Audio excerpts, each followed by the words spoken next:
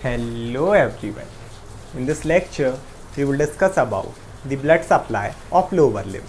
तो जैसे हमने अपर लिम्ब की ब्लड सप्लाई को कवर किया था, सबसे पहले एक पूरा ओवरव्यू देखा था और उसके बाद एक एक से सारी आर्टरी को डिस्कस किया था।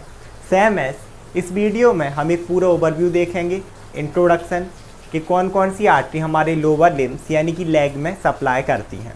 उसके बाद हम एक एक को सेपरेटली कवर करेंगे। तो स्टार्ट करते हैं। जो मेनली हमारी लोअर लिम्ब की ब्लड सप्लाई स्टार्ट होती है वो होती है कॉमन इलियक आर्टरी से। राइट लेग में right common iliac artery, left leg की बात करें तो लेफ्ट कॉमन इलियक आर्टरी। अब आप लोग बोलोगे ये कहाँ से आ गई?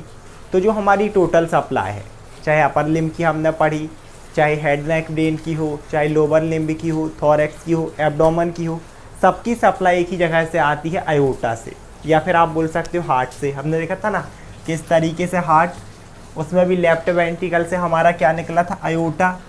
जब वो ऊपर गया था तो हमने उसे बोला था असेंडिंग आयोटा। जब इसने आर्च बनाई तो हमने इसे बोला था आर्च ऑफ आयोटा। ये क्या हुआ, असेंडिंग आयोटा। ये हुई आर्च ऑफ आयोटा।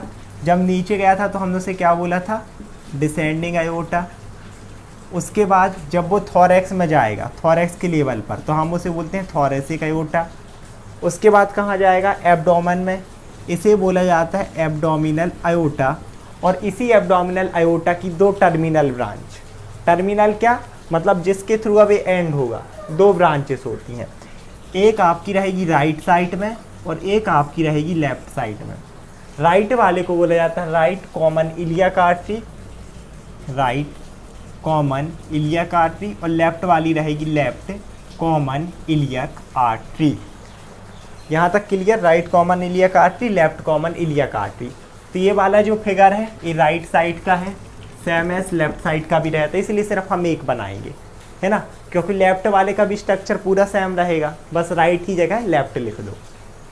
तो आगे देखें तो सबसे मेन हमें क्या देखना है कि भाई राइट वाले को पढ़ रहे हैं हम, चाहे ना अगर लेफ्ट को पढ़ते तो लेफ्ट, राइट वाले में क्या आएगी, सबसे पहले राइट कॉमन इलियक आर्टरी। तो सबसे पहले क्या आ गई, राइट कॉमन इलियक आर्टरी। उसके बाद क्या होगा, इसे कॉमन इसलिए बोल रहे हैं क्योंकि ये खुद दो में डिवाइड होती है, एक एक्सटर्नल में और एक इंटरनल में। तो ये सबसे पहले हमारी रही right external iliac artery, right internal iliac artery, है ना, एक्सटर्नल इलियक आर्टरी और इंटरनल इलियक आर्टरी। तो क्या होता है, ये थी हमारी एक्सटर्नल इलियक आर्टरी। जैसे ही इसको क्रॉस करती है इंग्वाइनल लिगामेंट को, तभी हम इसे बोलने लगते हैं फेमोरल आर्टरी। और थाई की मेन सप्लाई यही रहेगी। सबसे पहले common iliac artery, external iliac artery. जैसे ही इस आर्टरी ने किसी क्रॉस किया इंग्वाइनल लिगामेंट को, तब ये बन जाती है फेमोरल आर्टरी। अब फेमोरल आर्टरी आपके थाई में रन करेगी। उसके बाद एक मसल, कौन सी मसल रहती है, आपकी एडक्टर मैग्नस मसल, उसमें एक ओपनिंग होती है। जैसे ही फेमोरल आर्टरी उस ओपनिंग को क्रॉस करती है उसे बोला जाता है एडक्टर हाइटस ओपनिंग को। जैसे ही इसने एडक्टर हाइटस को क्रॉस किया तब हम इसे एक और नाम दे देते हैं, दैट इज़ पॉप्लिटियल आर्टरी। और क्योंकि राइट साइड में तो आप राइट लिख लो, लेफ्ट में होता तो लेफ्ट। यहाँ तक क्लियर। अब उसके बाद आपकी पॉप्लिटियल आर्टरी रन करेगी कहाँ तक, पॉप्लिटियल फोसा तक। पॉप्लिटियल फोसा हमने पढ़ा नी जॉइंट के पीछे। इसी नी जॉइंट के पीछे पॉप्लिटियल फोसा में आपकी पॉप्लिटियल आर्टरी दो पार्ट में डिवाइड हो जाती है, एक एंटीरियर और एक पोस्टीरियर। तो जो एंटीरियर साइड रहेगी उसे बोला जाता है एंटीरियर टिबियल आर्टरी, राइट है तो right. Posterior side posterior tibial artery. और क्योंकि राइट साइड की बात कर रहे हैं तो यहाँ पर हम लिख सकते हैं राइट पोस्टीरियर टिबियल आर्टरी। ये मेन सप्लाई है। इसके बाद इनकी और कुछ छोटी छोटी ब्रांचेस होती हैं।